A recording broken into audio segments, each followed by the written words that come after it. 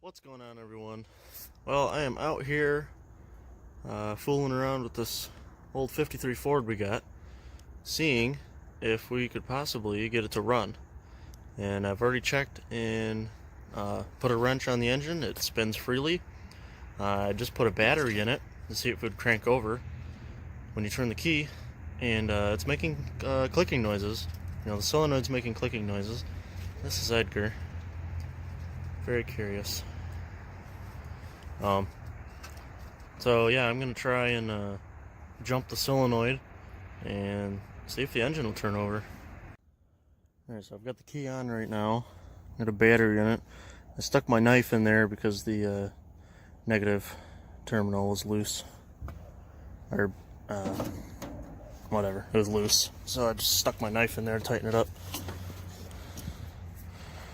So, our solenoid is right here. It's sparking. Oh.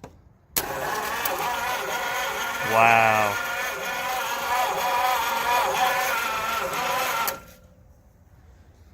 Oh, that's hot. But wow, so it's turning it over. That's incredible. Wow, alright. So the next thing to do will be to check for spark. And then if we do get to the point where we're gonna try and put some fuel in and get it running, I probably need to pull this carburetor and loosen it up because everything's pretty solid. All the levers and stuff are pretty solid. But yeah, let's get this distributor cap off and see what that looks like. And what else is amazing is when I turn the key's off right now. When I turn the key on, look at that. The oil gauge comes up, temperature gauge is moving around. That's amazing how this stuff still works. Can't believe that. Also, I failed to do one of the most important things. We did not check the oil before we started. Let's see. Wow, looks almost new. That's incredible.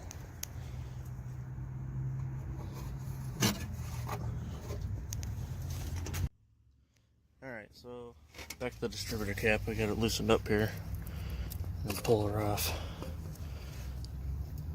Well, it doesn't look too bad. Actually, it looks fairly clean. Other than the top of the rotor, it's got some rust on it. Of course, we can clean that up. Wow. That's amazing how clean it is. Look at that. It's still shiny. So,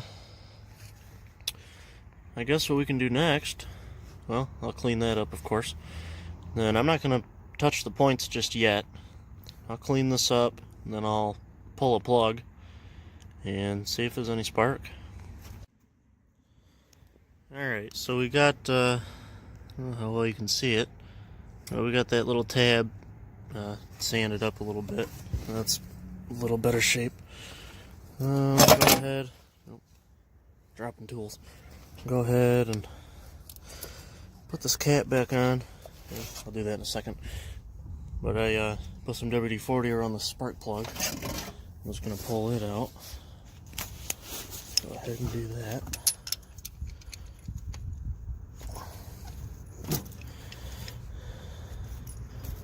That's good.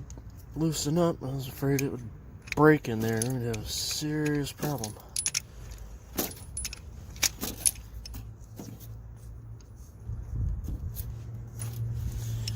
Set this aside. Throw it somewhere. See what the plugs look like. Come on. Well, they're dirty. They're a little burnt, but I mean, they don't look terrible. They look pretty decent. So that's good. But, alright. Let me put this cat back on. There's the other cat now. Cats won't leave me alone. Anyways, I'm gonna put this cat back on here and put that plug back in the wire there and see if we get any spark. Alright, see what happens here.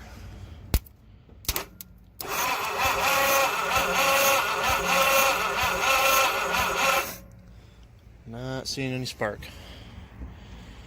Well, alright, so that could mean our coil is bad, or we have some bad wiring. Alright, looks like got some figuring out to do. Guess I have that. I check for power to the coil and all that. I'll do that. And then go from there. Alright, so I tested and we are getting some power to the coil, but you know, the coil still could be bad. And it wouldn't surprise me if it was. So maybe I'll try and find another coil to throw on there. Although, I mean, there's wires go over to whatever this box is. I'm not entirely sure. I've never worked on anything this old. So I'll probably go inside and do some research on all this stuff and maybe even find a wiring diagram to help me out with this. Then we will come back for part 2. So we're doing pretty good so far. It's looking like if we can get spark to it, it'll probably run. So that'll be pretty cool. This thing has sat for I don't know how long, but looks like quite a long time. So if I get this thing running, that's going to be pretty awesome. So stay tuned for part 2. Smash that like button, leave a comment, and don't forget to subscribe, and have a good one.